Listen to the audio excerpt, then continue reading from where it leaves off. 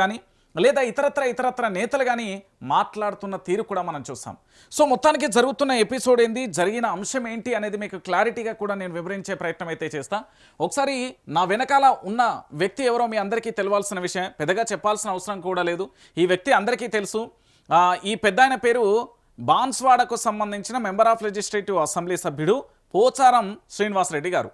పోచారం ఏం చేసిండు అంటే పూర్తి స్థాయిలో కూడా ఆయన ప్రభుత్వం మీద ఘాటైన విమర్శలు చేసిండు. ఆ విమర్శలు చాలా తరాస్థాయిలో ఉన్నాయి. ఒకసారి మీరే వినండి ఆడియో.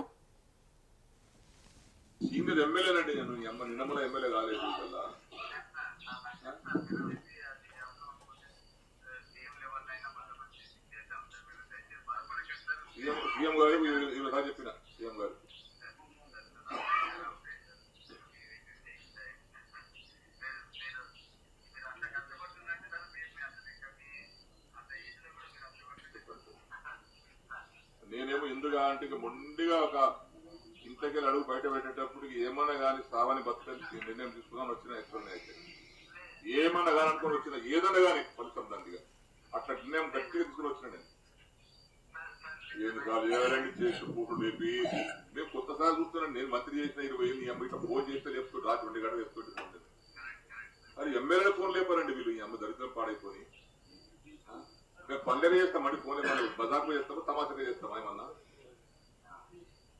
అందరిలా కూడా కాదు కదా. నేను నాకు స్వార్థం కోసం నాకు ఆ పైరు చేయి ఈ పైరు చేయి నాకు అదని చెప్తాం కాదు కదా, ప్రజల కోసం ఫోన్ చేస్తాను నేను. ఇక మాలాంటి వాళ్ళ కూడా రెస్పాన్స్ లేకపోతే ఎందుకంటే ఇంకా ఈ రాజకీయం పాడైపోయింది, దళిత రాజకీయం. నా నిర్ణయం వేరే ఉండే, నా నిర్ణయానికి ఇలా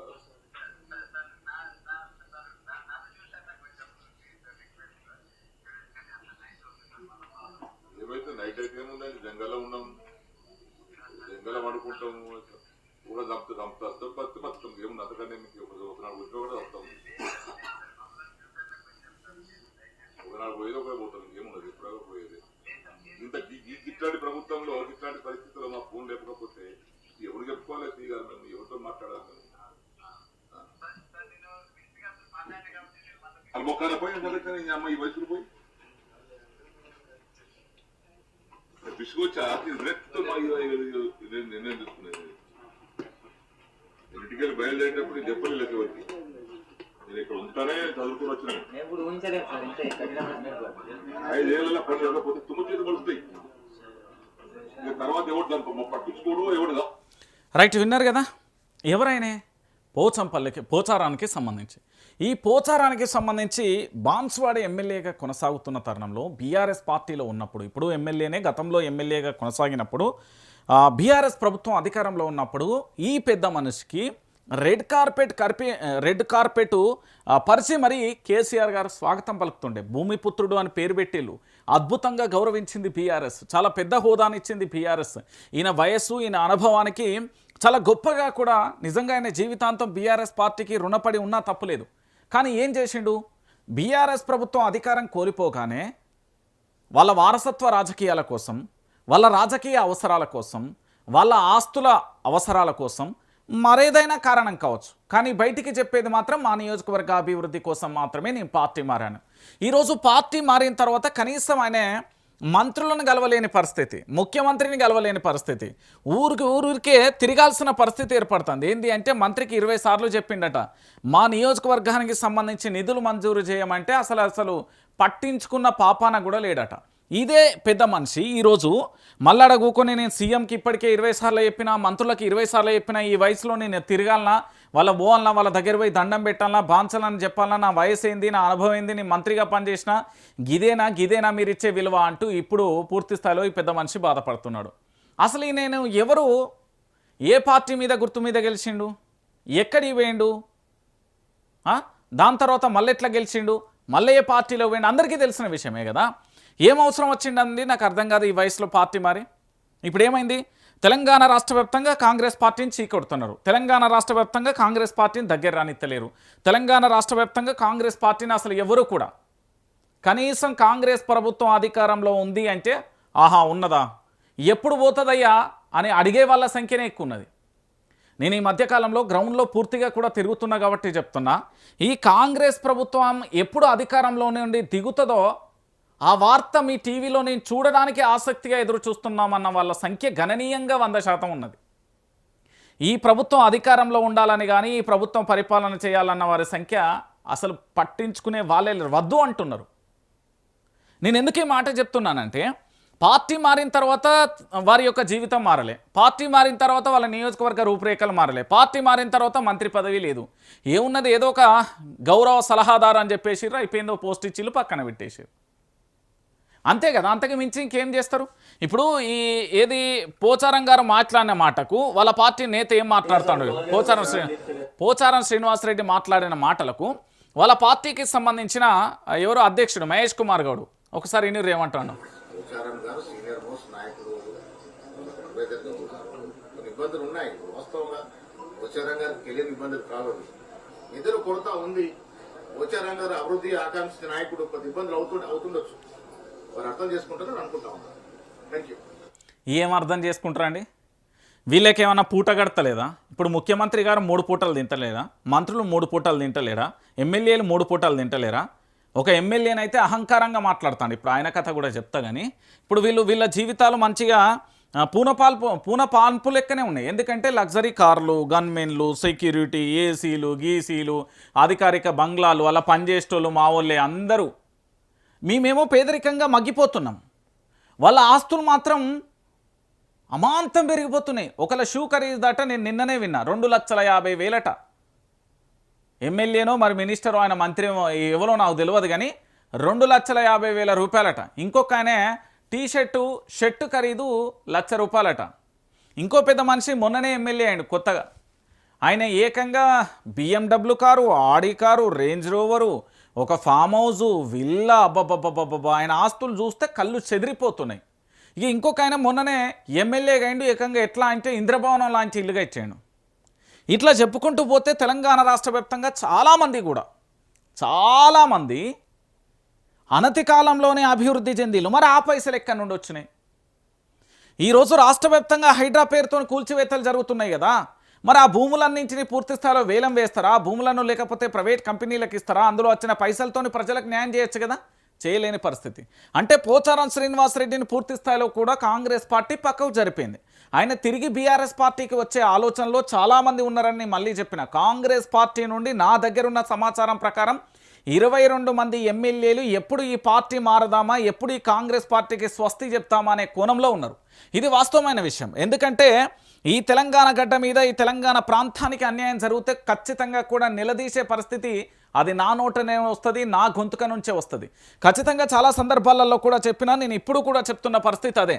సో మొత్తానికి ఈ పరిస్థితి ఇట్లుంటే ఇక ఇంకొక పరిస్థితి నేను ఎక్కడ విన్నా, ఆయన పెద్ద మనిషి మరి ఎవరో ఏందో నాకు కూడా తెలియదు, ఒక్కసారి గీన మాట ఎన్నుర్రి.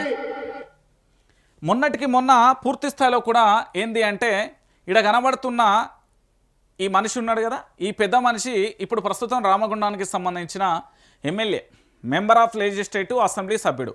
మొన్న ఏది నిండు అసెంబ్లీ సాక్షిగా రేవంత్ రెడ్డి గారు మా దగ్గర లేడా, కండలు తిరిగిన నాయకులు ఉన్నారు, ఆ కండలు తిరిగి మేము ఒక్క గుద్దుతే అవతల పడతారు, అంత గట్టిగా ఉన్నారు, లేవా ఏడున్నా మక్కాల్సిన ఏడున్నాడు అనగానే లేపిండు, లేచి నిలబడ్డాక మరి ఒక్కటేసారి ఆయన భూమి నుండి ఆకాశంలోకి వెళ్ళిపోయిండు, లేకపోతే అంతర్గ్రహం ఏది అంగారక గ్రహమో, బుద్ధుడి గ్రహమో, శుక్ర గ్రహమో, లేకపోతే శని గ్రహమో వేరే గ్రహానికి వెళ్ళిపోయిండో ఏందో నాకు తెలియదు. కానీ ఏకంగా ఆయన మాట్లాడే భాషలు చూస్తే ఈ తెలంగాణ రాష్ట్ర ముఖ్యమంత్రి నీతి నిజాయితీ నిబద్ధత ఉంటే మీరు రాజీనామానన్న చేయాలి, ఇగో ఇక్కడ కనబడుతున్న వ్యక్తిని అరెస్ట్ అన్న చేయాలి, రెండిట్లో ఏదో ఒకటైతే జరగాలి. ఇది ప్రజాస్వామ్య దేశం. ఈరోజు డాక్టర్ బాబాసాహెబ్ అంబేద్కర్కు సంబంధించిన ఈరోజు పండగ రోజు. ఈ పండగ రోజు ఖచ్చితంగా కూడా ఈ ఎమ్మెల్యేను అరెస్ట్ అయినా చేయాలి, కేసులు పెట్టాలి, అరెస్టు చేసి జైలు పంపించాలి. ఇది వాస్తవమైన విషయం. ఎందుకంటే ఆయన మాట్లాడిన భాష ఏంటి, ఒక మెంబర్ ఆఫ్ లెజిస్లేటివ్ అసెంబ్లీ సభ్యుడై ఉండి ఆయన మాట్లాడిన భాష ఏంటండి, ఎంత ఘోరం. ఒకసారి మీరే వినండి, తెలంగాణ ప్రాంత ప్రజలందరూ వినండి. ఒక్క 2 గంటల్లో కుయ్యి అనుకుంటే ఇక్కడ ఉన్న మీ ముగ్గురు నాయకులు ఒక్క క్షణం కోసం ఎవరైనా అడ్డంగా మాట్లాడితే అడ్డంగా నరుకుతామనే విషయం చెప్తాను. వినబడ్డదా? అడ్డంగా నరుకుతాడట.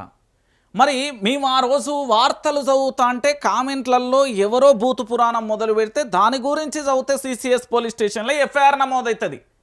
ఈరోజు ఆ ఎఫ్ఐఆర్ నమోదు చేసిన ఆఫీసర్ని అడుగుతున్నా, అయ్యా నువ్వు అన్నమే కదా తినేది, ఈయన మెంబర్ ఆఫ్ లెజిస్లేటివ్ సభ్యుడు మమ్మల్ని నరుకుతా అంటుండు. ఈ తెలంగాణలో నరుకుతా అని బెదిరిస్తుండే ఎమ్మెల్యే. మరి అదే ఇంకుతోని ఈయన మీద ఎఫ్ఐఆర్ నమోదు చేస్తారా?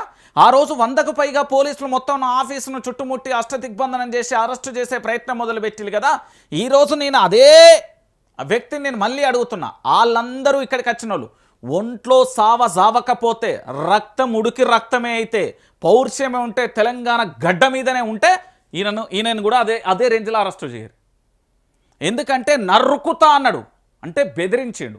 అటెంప్ట్ మర్డర్ ఎత్తారా లేకపోతే బెదిరింపుల కింద ఎత్తారా, నువ్వు ఏ కేసు పెడతావో ఏ సెక్షన్ పెడతావో కానీ ఇగో ఇలాంటి వ్యక్తులు సమాజానికి చాలా చాలా చాలా చాలా చాలా చాలా నేను చెప్తున్నా కదా, ఇలాంటి వ్యక్తులు ఈ సమాజానికి చాలా చాలా చాలా చాలా విపత్తు. చాలా మంచిది కాదు. వీళ్ళొద్దు మనకు.